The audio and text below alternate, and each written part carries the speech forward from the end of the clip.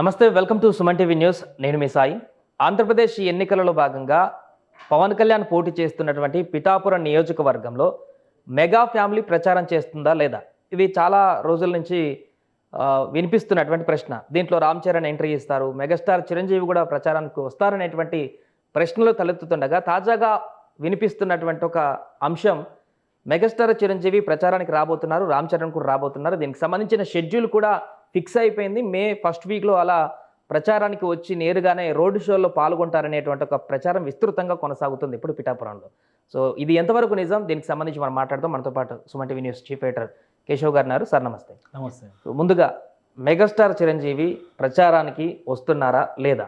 ప్రస్తుతం అంటే గతంలో కూడా ప్రచారం జరిగింది, ప్రస్తుతం అయితే ఒక షెడ్యూలే ప్రిపేర్ అయిపోయింది అనేటువంటి ఒక ప్రచారం కొనసాగుతుంది. ఇది ఎంతవరకు నిజం?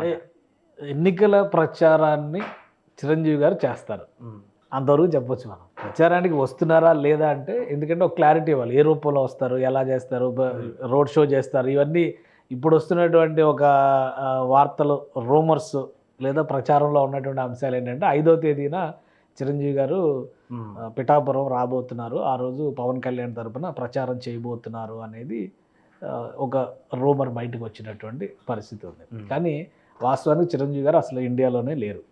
ఆయన లాస్ట్ వీక్ ఫారిన్ టూర్ వెళ్ళారు. సో ఆ షెడ్యూలు నెక్స్ట్ వీక్ వరకు కంటిన్యూ అవుతుంది. 5వ తారీఖు వరకు, 4వ తారీఖు వరకు బహుశా కంటిన్యూ అవుతుంది అనేది ఒక సమాచారం. ఇంకోటి ఏంటంటే, చిరంజీవి గారికి పద్మవిభూషణ్ ప్రదానం చేసేటువంటి సందర్భం ఉంది. లాస్ట్ వీక్ అంటే ఒక 2-3 రోజుల క్రితం మనం ఆల్రెడీ చూసాము.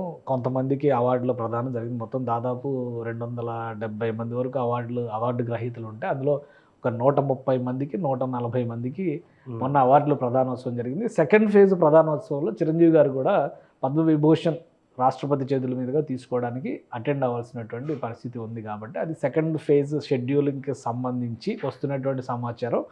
బహుశా 6-7 తారీఖుల్లో షెడ్యూల్ చేయొచ్చు అనేది ఒకటి తెలుస్తుంది.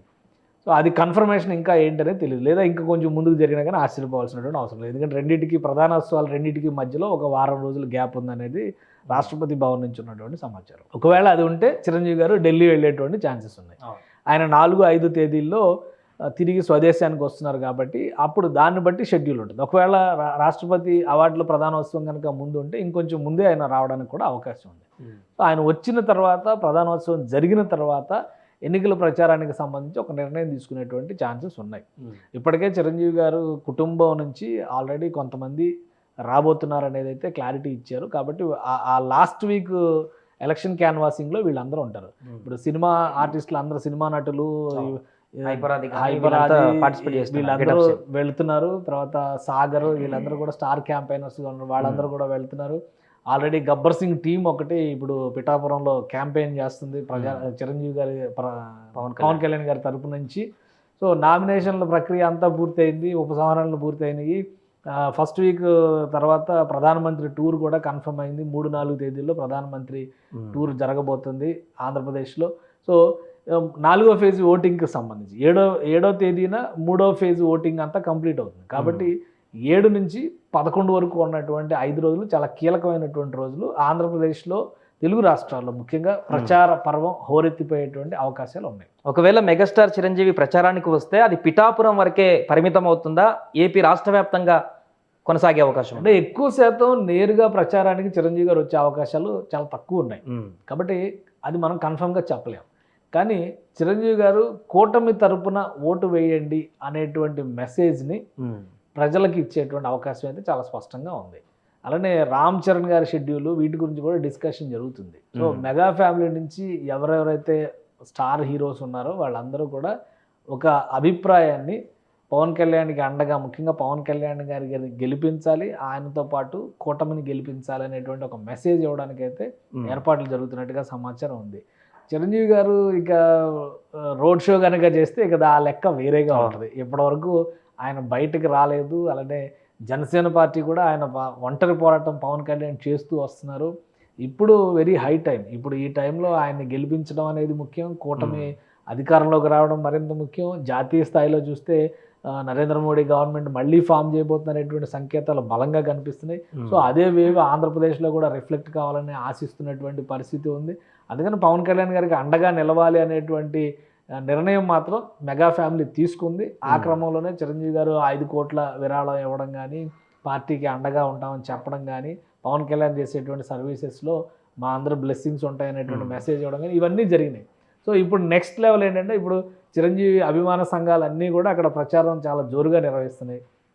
పిఠాపురంతో పాటు జనసేన పార్టీ పోటీ చేస్తున్నటువంటి ఉభయ గోదావరి జిల్లాల్లో ఉన్నటువంటి నియోజకవర్గాలు అన్నిటిపైన కూడా జనసేన, ఎందుకంటే ఇటు పశ్చిమ గోదావరి జిల్లాలో ఒక 4 నియోజకవర్గాల్లో పోటీ చేస్తుంది, అటువైపు ఒక 4 నియోజకవర్గాల్లో పోటీ చేస్తుంది. అక్కడే ఎక్కువ స్థానాల్లో జనసేన పార్టీ బరిలో ఉంది కాబట్టి, ప్లస్ కాకినాడ పార్లమెంటు స్థానం పరిధిలో కూడా ఆ నిర్ణయాలు అయితే చాలా ఫాస్ట్గా వేగంగా తీసుకుంటున్నారు.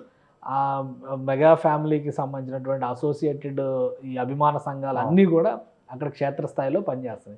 చిరంజీవి రావాలని వీళ్ళందరూ బలంగా కోరుకుంటున్నారు. చిరంజీవి గారు ఆయన ఏ నిర్ణయం తీసుకుంటారు, అక్కడి నుంచి వచ్చిన తర్వాత ప్రధానమైనటువంటి అంశం ఈ అవార్డుల స్వీకరణ కార్యక్రమం, ప్రధానోత్సవ కార్యక్రమం ఉంది కాబట్టి అది అయిన తర్వాత ఒక షెడ్యూల్ అనౌన్స్ చేసేటువంటి ఛాన్సెస్ అయితే ఉన్నాయి.